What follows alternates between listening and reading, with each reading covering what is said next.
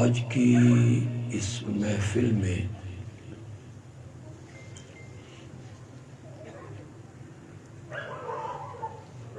میرے رب نے مجھے توفیق بخشی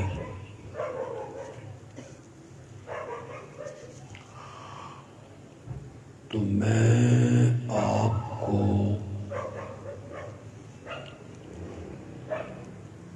یہ سمجھانے کی کوشش کروں گا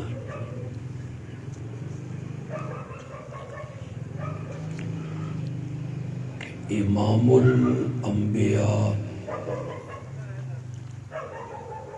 خاتم النبیین حضرت سیدنا محمد الرسول اللہ صلی اللہ علیہ وسلم اور مشرکین مکہ کے درمیان اصل اختلاف اور جھگڑا کس نقطے پر تھا؟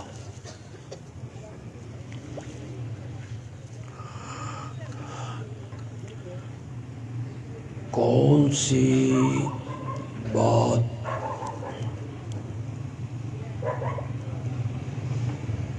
میرے آقا منوانا چاہتے تھے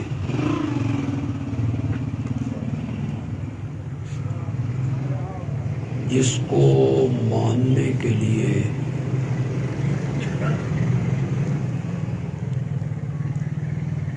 مشرکین مکہ تیار نہیں تھے؟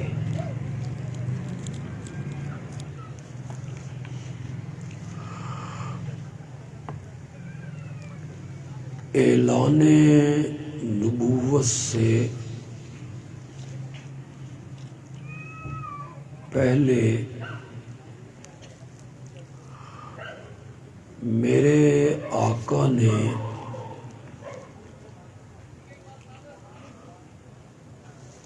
مکہ مکرمہ میں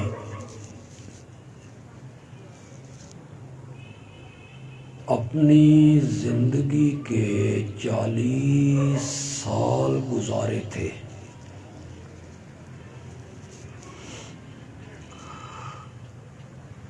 ان 40 سالوں میں آپ کا بچپن بھی تھا، آپ کا لڑکپن بھی تھا، آپ کی جوانی بھی تھی، آپ کی تجارت بھی تھی، آپ کی شادی بھی، غمی بھی، مگر اس 40 سالہ زندگی سے مکے کے کسی ایک آدمی نے بھی اختلاف نہیں کی۔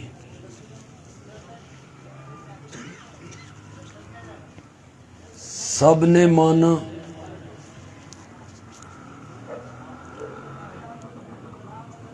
اور مانا بھی اس طرح کہ جب آپ مکے کے کسی گلی سے، بازار سے گزرتے، کوئی بندہ آپ کو نام لے کے نہیں بلاتا تھا، مکے کا ہر شخص کہتا تھا وہ صادق جا رہا ہے، وہ امین جا رہا ہے۔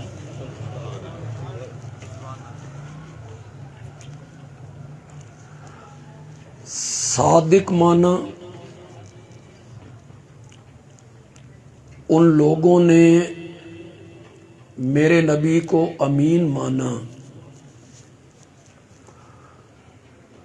اپنے جھگڑوں میں اور اپنے اختلافات میں انہوں نے میرے نبی کو فیصل بھی مانا، جج بھی مانا۔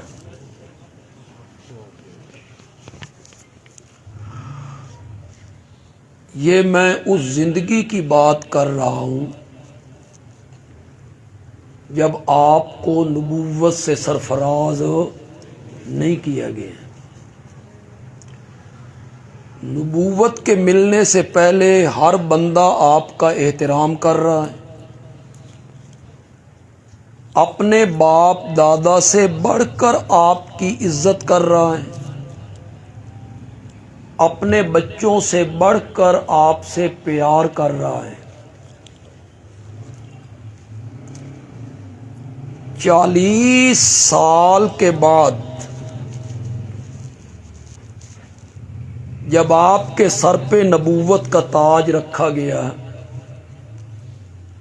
اور آپ نے رب کا پیغام سنایا، وہ کیا پیغام تھا کہ جو ہی وہ پیغام آپ کی زبان مقدس سے باہر نکلا تو وہ ساری دوستیاں دشمنی میں بدل گئیں، محبت کی جگہ عداوت نے لے لی، پیار کی جگہ بغض آ گیا۔ وہ لوگ جو کہتے تھے کہ وہ صادق جا رہا ہے، وہ امین جا رہا ہے، ان لوگوں نے میرے نبی کو خطاب کر کے کہنا شروع کیا انت کذاب۔ ایک منٹ پہلے وہ آپ کی صداقت کا اقرار کر رہے تھے، چند لمحے پہلے وہ آپ کی صداقت کو مان رہے تھے۔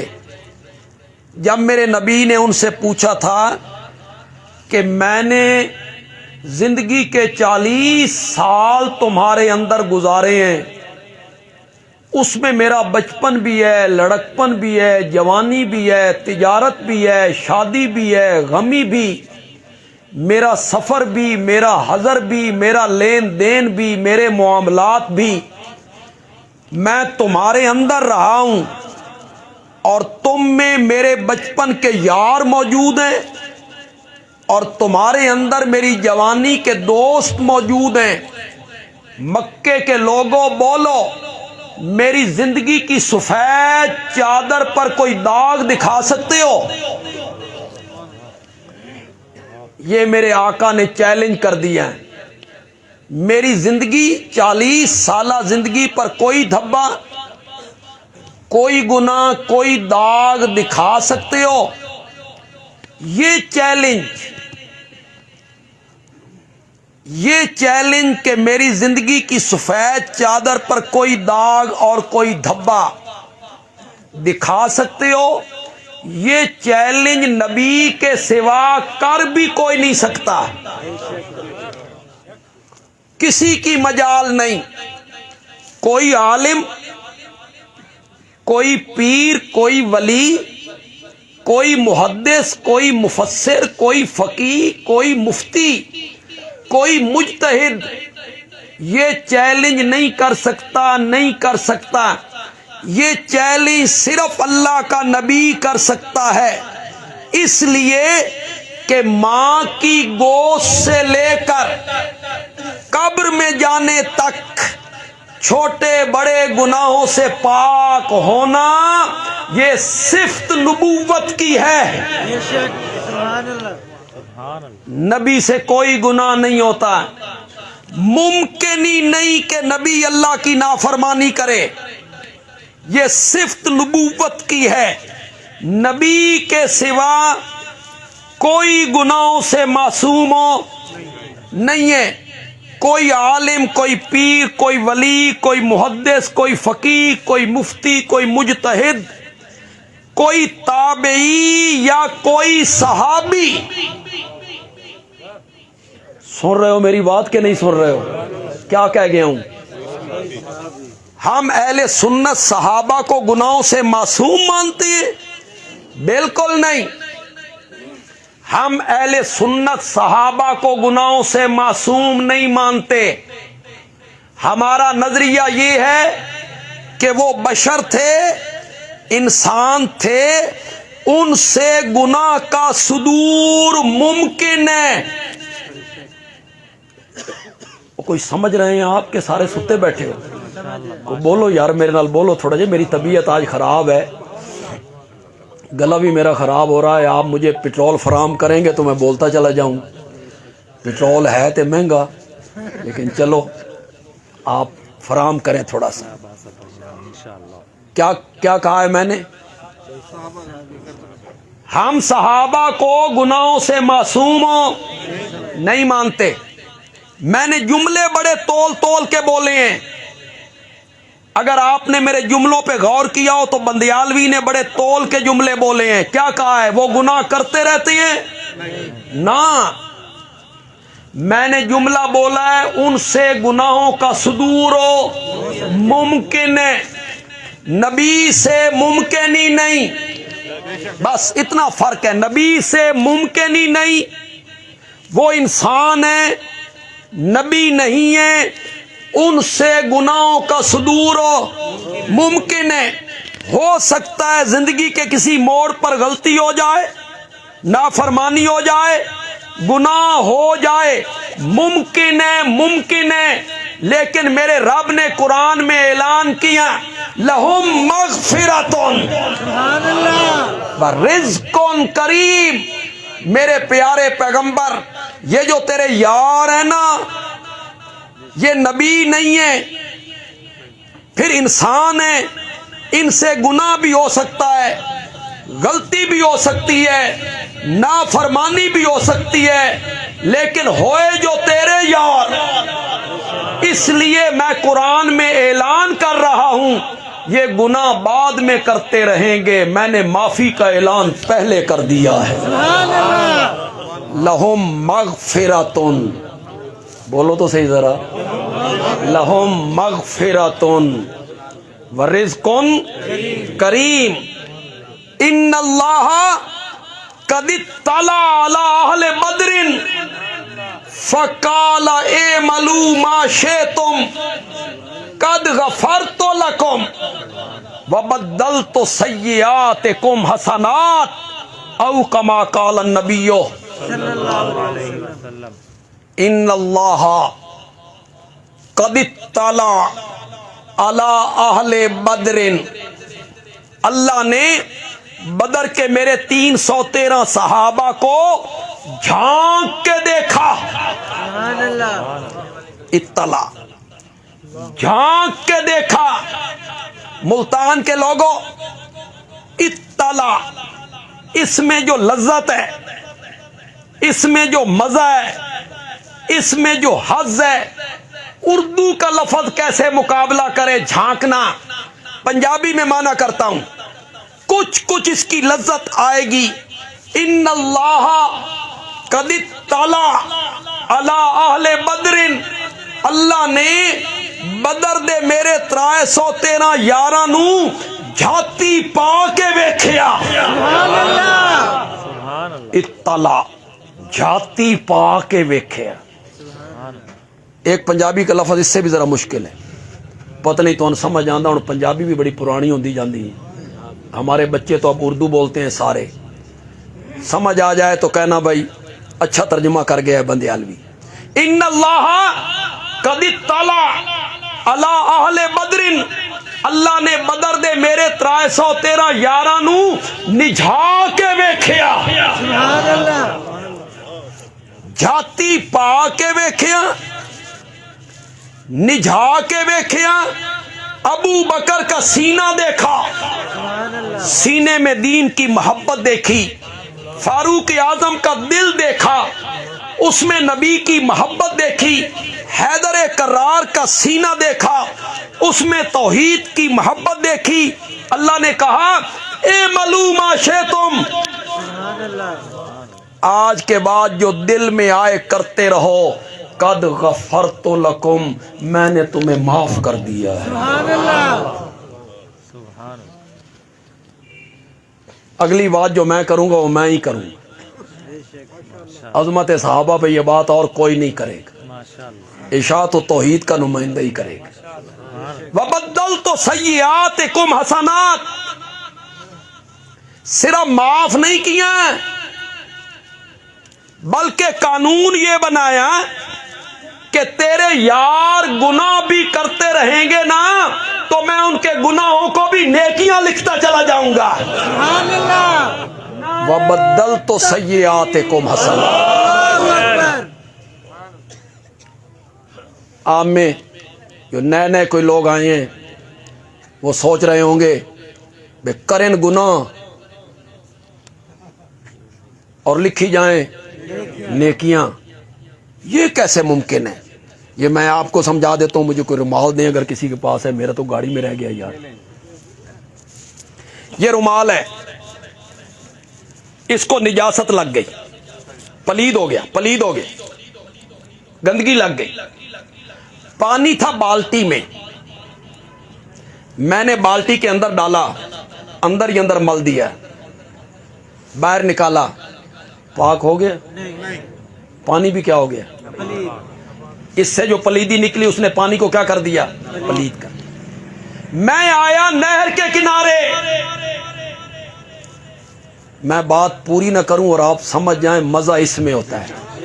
میں آیا دریا کے کنارے، میں آیا سمندر کے کنارے، میں نے دریا کے اندر کپڑا ڈالا، رومال ڈالا، اندر ہی اندر مل دیا، باہر نکالا، کیا ہو گیا؟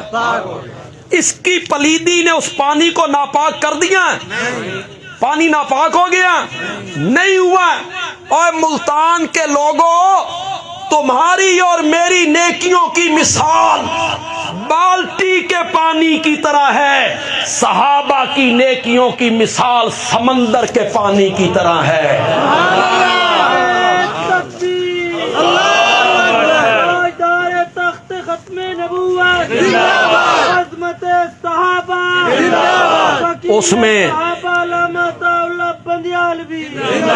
اس میں کبھی گناہ آئیں بھی صحیح تو گناہ بھی کیا بن جاتے ہیں؟ لہم مغفرتن،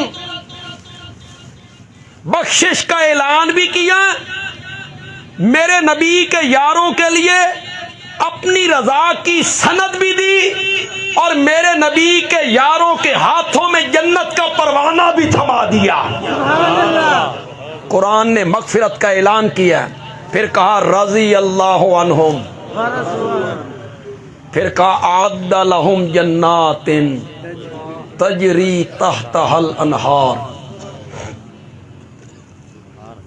جتنے کوئی شہری لوگ آئے ہیں، جو طلباء ہیں، علماء ہیں، وہ تو اس بات کو جانتے ہیں، جو ہمیں سنتے رہتے ہیں وہ بھی جانتے ہیں۔ کوئی نئے لوگ آئے ہیں، شہری لوگ آئے ہیں، شہری بابو، کالج سکول اور یونیورسٹیوں کے پڑھے ہوئے ہمارے بچے، متاثر ہوتے ہو نا جب دیکھتے ہو کہ بڑے حوالے دکھا رہا ہے، کبھی تبری کا، کبھی ابن کثیر کا، کبھی ابن اسیر کا، کبھی ابن خلدون کا، کبھی فلاں عالم، فلاں عالم، فلاں متقی، فلاں فقی، تو آپ کہتے ہو توبہ توبہ، اتنے حوالے، یہ سارے لوگ معاویہ کے بارے میں یوں کہہ رہے ہیں، یوں کہہ رہے ہیں، یوں کہہ رہے ہیں۔ تو لوگ دلائل سے متاثر ہو جاتے، وہ کثرت جو ہے کتابوں کی، فلاں نے یہ لکھا، فلاں نے یہ لکھا، فلاں نے یہ لکھا۔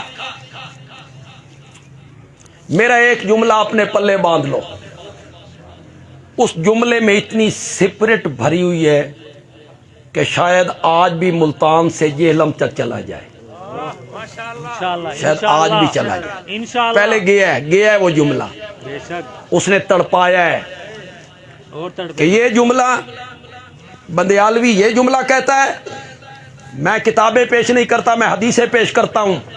میرا ایک حوالہ میری ایک بات پلے باندھ لو، خدا دی قسمیں سارے حوالیاں تے وزنی. کیوں جی؟ حضرت موسیٰ علیہ السلام کے مقابلے میں کتنے جادوگر آئے تھے؟ سینکڑوں، ہزار مقابلے میں آئے. انہوں نے اپنی لاٹھیاں ڈالی، رسیاں ڈالی، لوگوں کی آنکھیں بند کی، دماغ پہ اثر ڈالا، لوگوں کو نظر آتا تھا کہ یہ لاٹھیاں کیا بن گئی ہیں؟ یہ رسیاں کیا بن گئی ہیں؟ سانپ.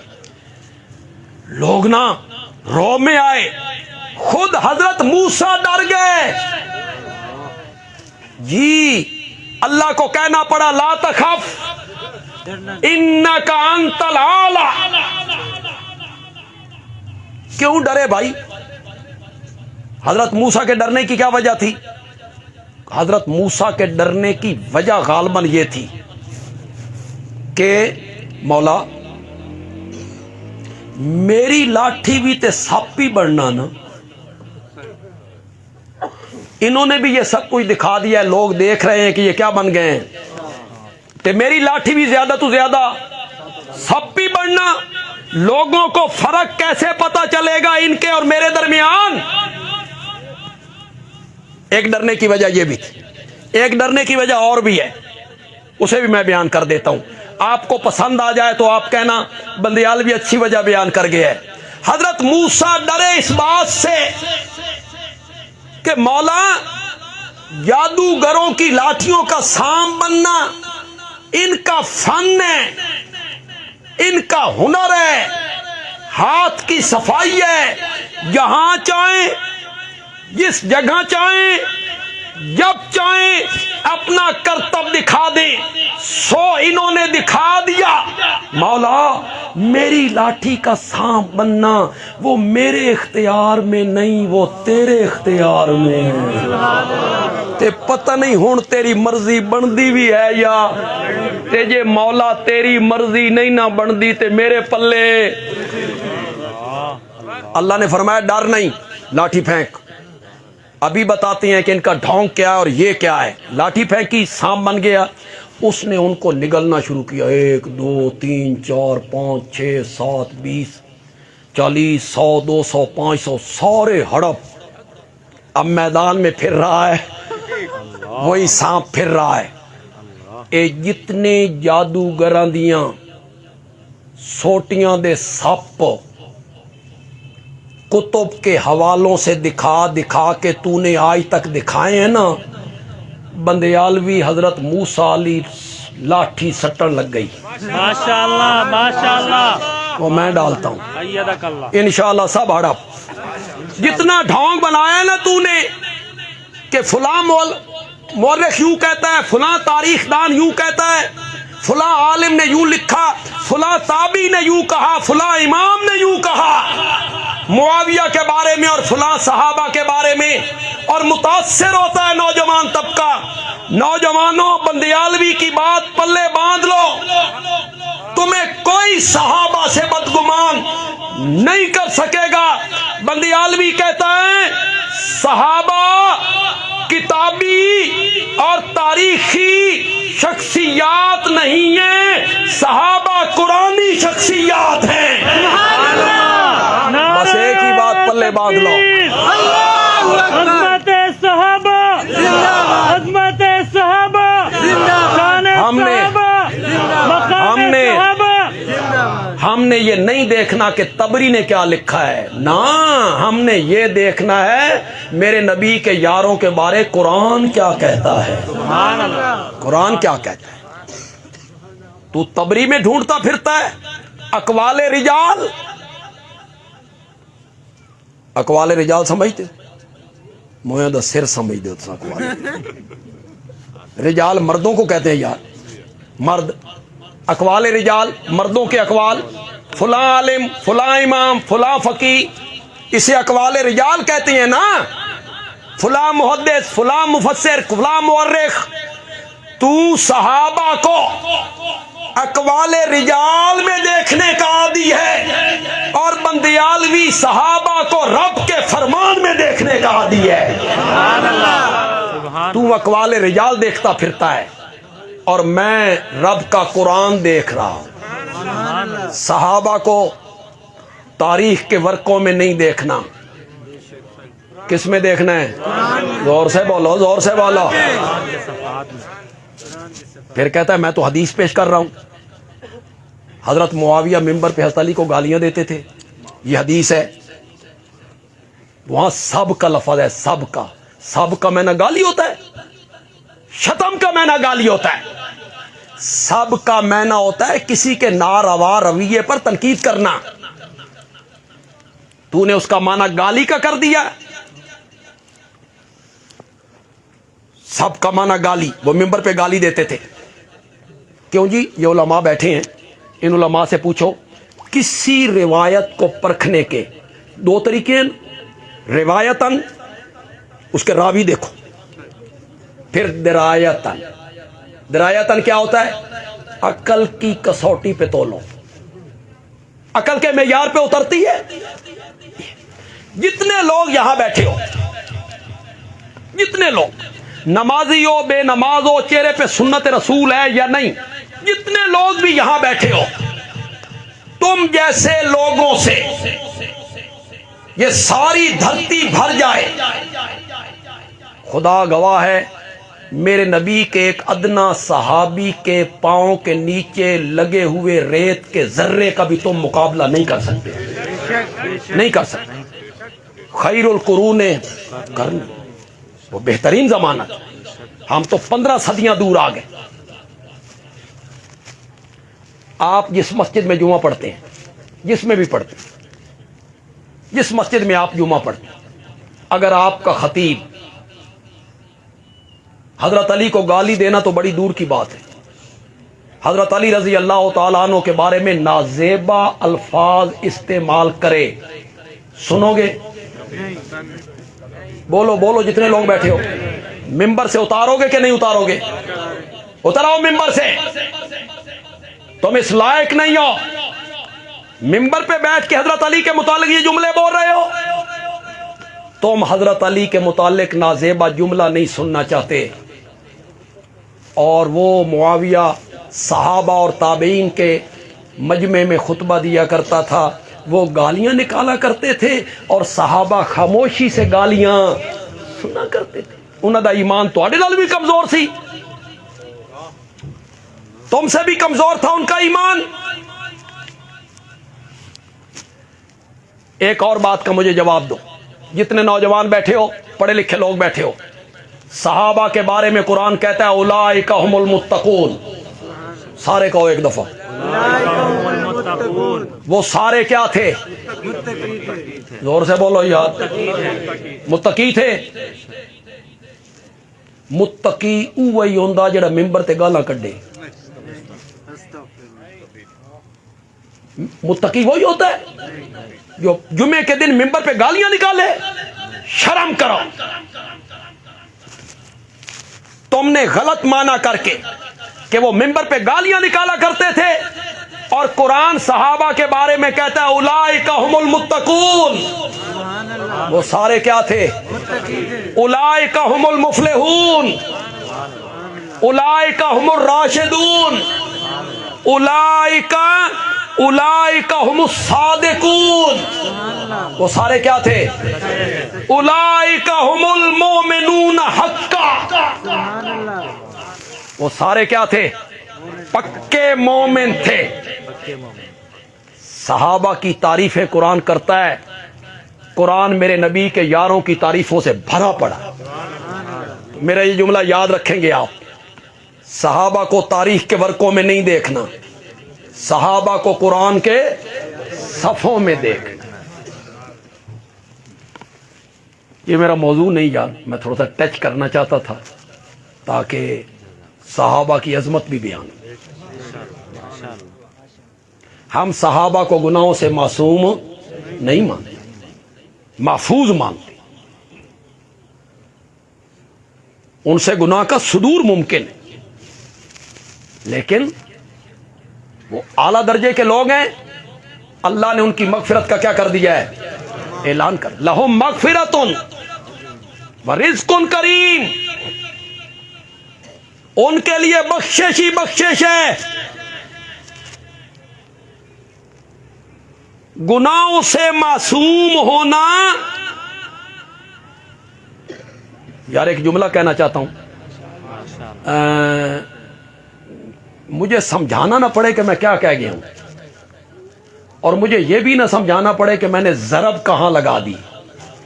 ضرب میں بڑی ڈاڈی لانی، لیکن لگانی بھی بغیر بتائے، سمجھے گا کوئی کوئی۔ گناہوں سے معصوم ہونا، گناہوں سے پاک ہونا، یہ صفت امامت کی نہیں نبوت کی ہے۔ نعرہ تکبیر، یہ صفت امامت کی نہیں، کس کی ہے؟ یہ صفت امامت کی نہیں، نبوت کی ہے۔ ہر بندہ تو میری بات کو نہیں سمجھے گا، جو سمجھ جائیں گے وہ انشاءاللہ بڑا ہاضم محسوس کریں گے، جو سمجھ جائیں گے بڑا لطف لیں گے۔ گناہوں سے معصوم ہونا صفت امامت کی نہیں، نبوت کی ہے۔ اور اگر تجھے اصرار ہے، اگر تیری ضد ہے کہ نہیں امام بھی گناہوں سے پاک ہوتا ہے، اگر تیری یہ ضد ہے تو پھر بندیالوی کہتا ہے تیرے ایک امام نے نہیں، دو اماموں نے معاویہ کے ہاتھ پر بیعت کر رکھی ہے۔ ترجمان مسلک دیوبند علامہ اللہ بندیالوی، حضرت معاویہ کے ہاتھ پر بیعت کی ہے، حضرت حسن رضی اللہ تعالیٰ عنہ نے بھی، اور حضرت حسین رضی اللہ تعالی بیعت بھی کی، خلافت بھی ہینڈ اوور کی۔ اللہ اکبر، اللہ اکبر۔ میں جتنے لوگ یہاں بیٹھے ہو، میں حضرت معاویہ کا وکیل ہوں، میں ان کی جنگ لڑتا ہوں، ان کے دامن کی طرف آنے والے ایک ایک چھینٹے کو دھونے کی کوشش کرتا ہوں، ان کا دامن اجلاؤ اجلاؤ۔ صحابی ہے، میری ان سے رشتہ داری کوئی نہیں، ان سے بھی پیار ہے تو اس لیے کہ وہ میرے نبی کا کیا ہے؟ صحابی ہے۔ میں وکیل ہوں معاویہ کا، لیکن خدا گواہ ہے، خدا گواہ ہے، یہ جو حضرت حسن اور معاویہ کے درمیان صلح ہوئی، اس میں جو کردار حضرت حسن کا ہے اس کا جواب ہی کوئی، اس دی مثال ہی کوئی۔ حکومت قربان کر دی، حکومت، اقتدار، خلافت، فوج بھی ہے، بیت المال بھی ہے، پولیس بھی ہے، حکمران ہے، سب کچھ قربان کر دیا۔ کیوں؟ مسلمانوں کی دو جماعتوں کے درمیان کیا ہو جائے؟ میری حکومت جاتی ہے تو جائے، میرا اقتدار جاتا ہے تو جائے، مسلمانوں کی دو جماعتوں کے درمیان کیا ہو جائے؟ یہ ناچاکی دور ہو جائے، یہ متفق ہو جائیں۔ تم نہیں سمجھو گے، تم حضرت حسن رضی اللہ تعالیٰ عنہ کا یہ ایثار اور یہ قربانی تمہاری سمجھ میں نہیں آئے گی، نہیں آئے گی۔ خدا دی قسمیں اتھے زکات کمیٹی دا بندہ ممبر بن جائے، او جان نہیں چھڑدا، چھوڑتا ہے ادا۔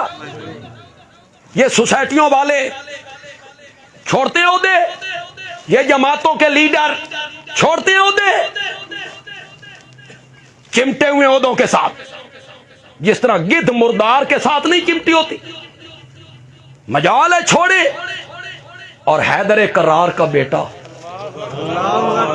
فاطمہ کا لخت جگر، کیا بات ہے حسن، اللہ تیری قبر کو رحمتوں سے بھر دے، اللہ تعالی تیری قبر منور پہ اللہ انگنت رحمتیں اتارے۔